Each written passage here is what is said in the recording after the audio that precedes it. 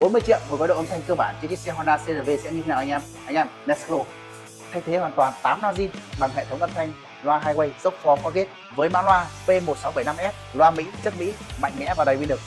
Không thể thiếu được đó là một chiếc sub RA được đặt ở vị trí nóc xoay cua rất gọn gàng, sử dụng TSB kèm âm đi Harmony Jaco 10 kênh để kéo cho hệ thống âm thanh. Với một cấu hình như vậy, mình nghe khá là ổn. Anh em nào quan tâm, hãy qua trực tiếp bên mình để thám âm cũng như để test tất cả các sản phẩm. Cảm ơn anh em, chào anh em.